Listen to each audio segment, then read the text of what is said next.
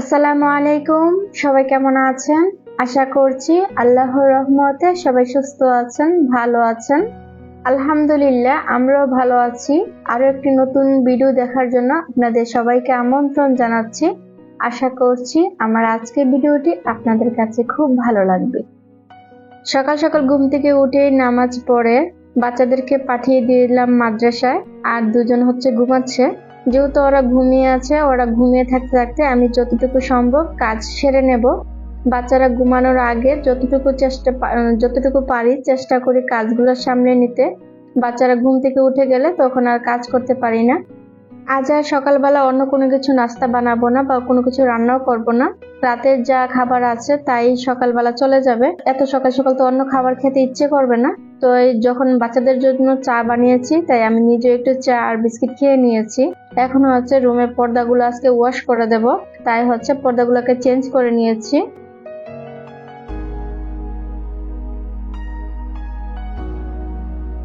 রুমের পর্দা, বিছানার চাদর এগুলা চেঞ্জ করলে কিন্তু রুমের লুকটাই কিন্তু চেঞ্জ হয়ে যায়, তাই না? কিছুদিন পর পর কিন্তু এগুলা নতুন লুক দিতে ভালোই লাগে, কিন্তু সবচেয়ে বড় কথা হলো এগুলো ওয়াশ করতে গেলে কিন্তু খুবই কষ্ট হয়। তারপরে চেষ্টা করি রুমের সৌন্দর্য আমাদের সৌন্দর্য, রুমটা সুন্দর লাগলেই মনে হয় যেন নিজেদেরকে অনেক পরিপাটি মনে হচ্ছে। তাই সবসময় চেষ্টা করি রুমটাকে যতটুকু সম্ভব পরিষ্কার রাখার, গুছিয়ে রাখার।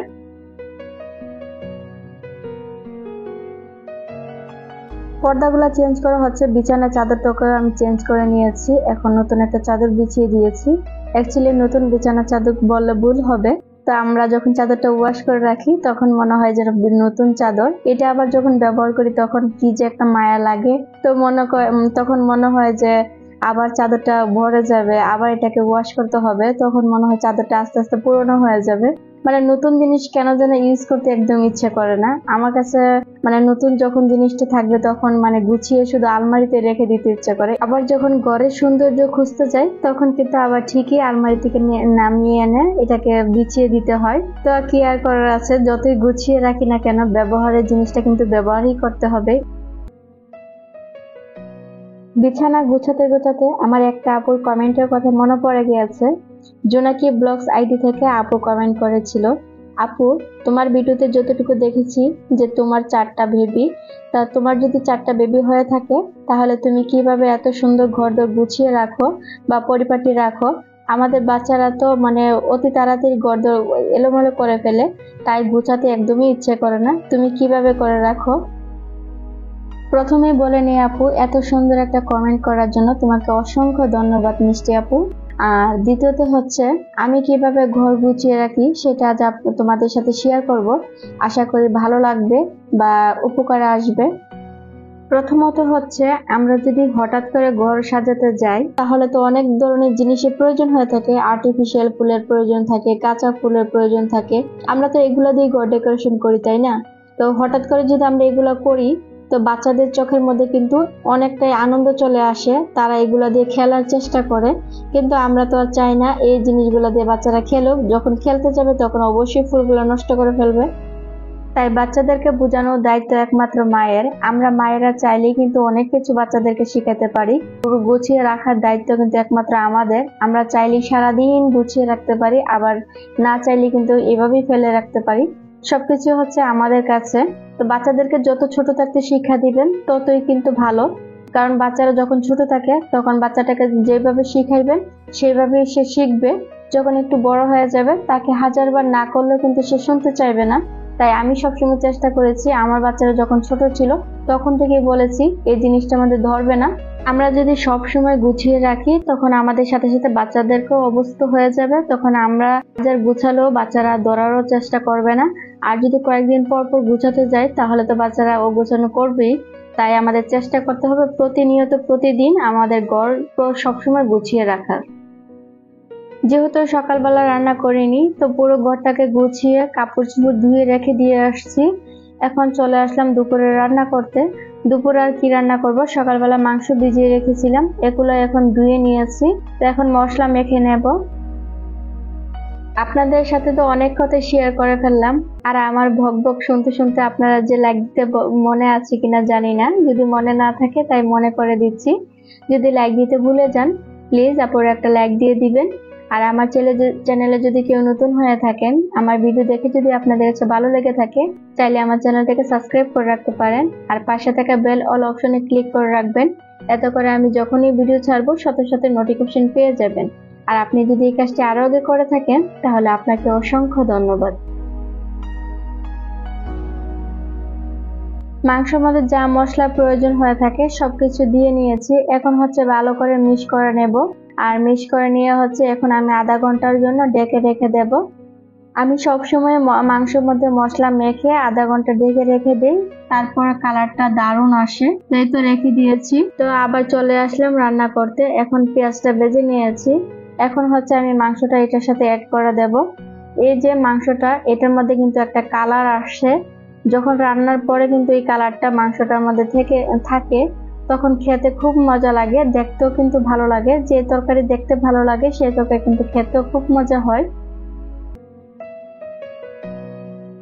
এখন রান্না করতে করতে আমি আমার কিছু আপুদের কমেন্ট পড়ে নিই। রাসেল রুমা ব্লগ আইডি থেকে আপু কমেন্ট করেছেন, আমিও চেষ্টা করি সবসময় আমার ছেলেকে ঘরের খাবার বানিয়ে দিতে, আর আমার বানানো প্রত্যেকটা খাবারই তার ভীষণ পছন্দের। তোমার কাজকর্ম খুবই সুন্দর, খুবই গুছানো। আপু মুরগির মাংস রান্নাটা খুবই সুন্দর হয়েছে, ভিডিওটা অনেক ভালো লাগলো। থ্যাংক ইউ সো মাচ আপু এত সুন্দর একটা কমেন্ট করার জন্য। মাংসটাকে কষিয়ে নিয়েছি। এখন হচ্ছে আমি এখানে গরম পানি করে রেখেছিলাম, গরম পানি অ্যাড করে দিয়েছি। মাংসের মধ্যে কিন্তু গরম পানি দিলে তরকারিটার স্বাদ আরো বেড়ে যায়। তো আমি ঠান্ডা পানি কখনোই মাংসের মধ্যে ব্যবহার করি না, সবসময় আমি গরম পানি দিই। এখন মাংসটাকে ডেকে দেব, যতটুকু সিদ্ধ হয়ে নেবে। আর বেশি কোনো কিছু শেয়ার করলাম না আপনাদের সাথে। এই তো অলরেডি আমার মাংসটা রান্না হয়ে গিয়েছে। তো এই তো দেখেই বুঝতে পারতেছেন কালারটা কত সুন্দর হয়েছে। বেশি শুকাই নাই, একটু ঝোল রেখেছি। আমার কাছে একটু ঝোল থাকলে ভালো লাগে। আর মাংস রান্নাটা কেমন হয়েছে অবশ্যই কমেন্ট করে জানাবেন। দুপুরে খাবার দাবার আর শেয়ার করলাম না, এখন চলে আসলাম আমি আমার কাজে। এটা এমনই একটা কাজ, অনেকটা ধৈর্যের ব্যাপার। যখন মন বসে তখন মনে হয় ঘরে যা কাপড় আছে সবকিছু সিলাই ফেলি। আবার যখন ইচ্ছে করে না তখন এক মাসও মেশিনে বসতে একদমই ইচ্ছে করে না। তো এই যে এখন বসতে হবে বাধ্যতামূলক, বাচ্চাদের ড্রেস বানাতে হবে। 2 সেট বানিয়ে দিয়েছি, তারপরে বাচ্চাদের 2 সেট তো নষ্ট করে ফেলে দিয়েছে। এখন আবার নতুন করে কাপড় নিয়ে আসছি, এখন আবার বানিয়ে দেব। তো যেহেতু আমি এখন আবার বানাবো, আপনাদের সাথে যেহেতু সবকিছু শেয়ার করি, তো ভাবতেছি যে এই ড্রেসগুলো আপনাদের সাথে শেয়ার করি, আশা করি আপনাদের ভালো লাগবে। আমরা একটা জিনিস দেখলে আরেকটা জিনিসের আইডিয়া পাই। শুধু যে আমি বানাবো আপনি আইডিয়া পাবেন তা না, আপনি বানালে আমিও আইডিয়া পাবো। এটি একটা জিনিস দেখলে আরেকটা জিনিস শেখা যায়। আমাদের শেখার কিন্তু কোনো কিছু শেষ নেই। আমরা চাইলে বহু কিছু শিখতে পারি, আবার না চাইলে কোনো কিছুই না শিখতে পারি। যার যার নিজের ইচ্ছা সবকিছুই। ইচ্ছে করলে অনেক কিছু শেখা যায়, ইচ্ছে না করলে আবার কোনো কিছু না শিখে বসেও থাকা যায়। তো এখন আমি যেহেতু আপনাদের সাথে পুরো ডিটেলসে শেয়ার করতে পারবো না, তো যতটুকু সম্ভব আমি ততটুকু দেখাবো। তবে আমি মনে করি আমি যদি আপনাদের সাথে যে ডিজাইনগুলো করব ওই ডিজাইনগুলো শেয়ার করি, আশা করি আপনারা দেখে একটু বুঝতে পারবেন। আমি আবার কি করি, ইউটিউবের মধ্যে যে কোনো কিছু বানাই না কেন ইউটিউবে চার্জ দিই। যদি ওইটার মধ্যে দেখি যে আমি আমার কোনো কিছু পছন্দ হয় তখন ওইটার মতো বানিয়ে ফেলি। আর যদি পছন্দ না হয় তাহলে ওটা থেকে দেখে একটু আইডিয়া নিই, আর আমার নিজে থেকে আরেকটু আইডিয়া নিয়ে তখন আমি একটা জিনিস বানিয়ে ফেলি। এই কাজ হয়তো অনেক মেয়েরই জানে, কিন্তু কেউ করে আবার কেউ করে না। কিন্তু শেখার আগ্রহ কিন্তু প্রায় সবারই আছে, কম আর বেশ।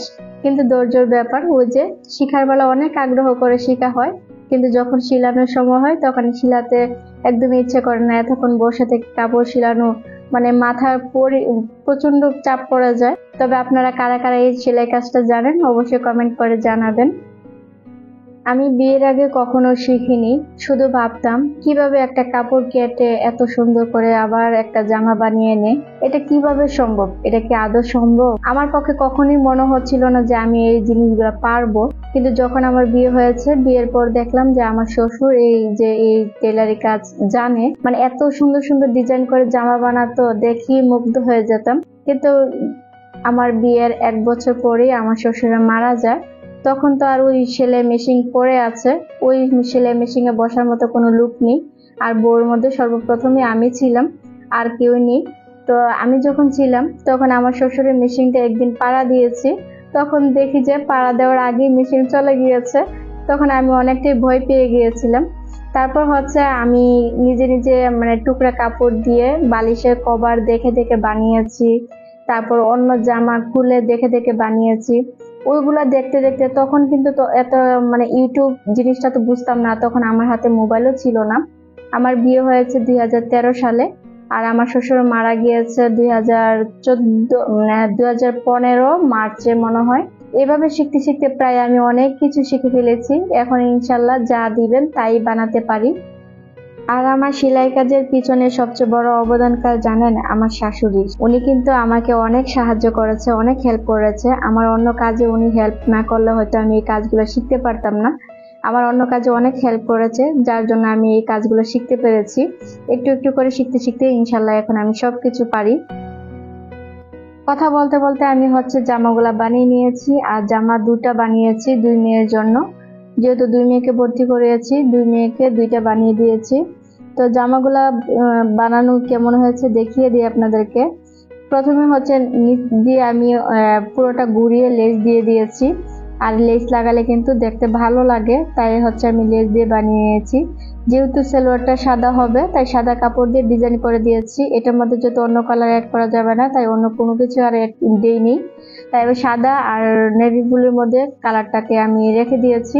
তো আমি হচ্ছে এখানে সাদা কাপড়, যেহেতু আমি একটু কোটি করতে চেয়েছিলাম, তো কোটি গড় করতে গেলে হচ্ছে আমি গলাটার সাইড থেকে দিতে হতো, তাই আমি একটু রাউন্ড দিয়ে একটু ডিজাইন করে নিয়েছি। এই যে বললাম যে ইউটিউব থেকে একটু আইডিয়া নিই আর আমার নিজে থেকে একটু আইডিয়া নিয়ে হচ্ছে বানিয়ে নিয়েছি। হাতাটায় হচ্ছে একটু জোলা হাতা দিয়েছি, জোলা হাতা দিয়ে হচ্ছে লেস দিয়ে দিয়েছি। যেহেতু অনেকটা গরম চলতেছে, গরমের মধ্যে জোলা হাতা দিলে পড়তে বাচ্চাদের আরাম পাবে। তো বাচ্চাদেরকে তো আর মাদ্রাসি শর্ট হাতা পড়তে দেয় না, একটু মানে ফুল হাতা দেয়, তার জন্য আমি 3/4 হাতা দিয়ে দিয়েছি।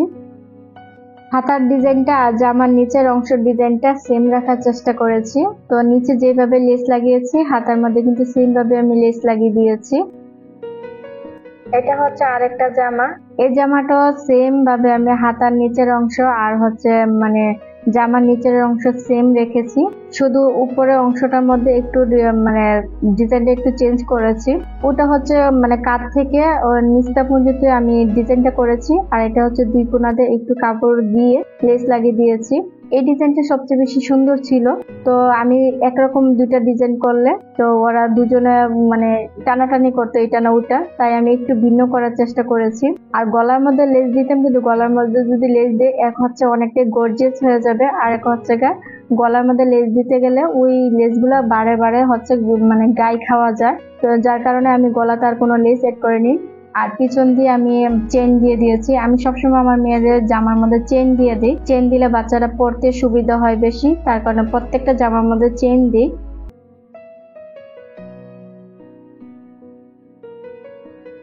জামাগুলা কিন্তু আমি বানিয়েছি বুকের অংশটা আমাদের কুচি দিয়ে জামাগুলা দেখতে ভালোই লাগে। বুকের মাঝখানে যে অংশটার মধ্যে আমি নকশা করেছি, এই জায়গায় চাইলে কিন্তু সাদা কাপড় দিয়ে আবার বোতাম লাগিয়ে দেওয়া যাবে। বোতামটা দিলে হচ্ছে জামাটা দেখতে আরো বেশি সুন্দর লাগবে। তো এখন আমি আর বোতামটা লাগাচ্ছি না, তো পরে যদি সময় পাই তবে ইনশাল্লাহ আমি বোতামগুলা লাগিয়ে দেব। জামাগুলা দেখে আপনাদের কাছে কেমন লাগলো বা বানানো কেমন হয়েছে অবশ্যই কমেন্ট করে জানাবেন। আশা করি আপনাদের ভালো লাগবে।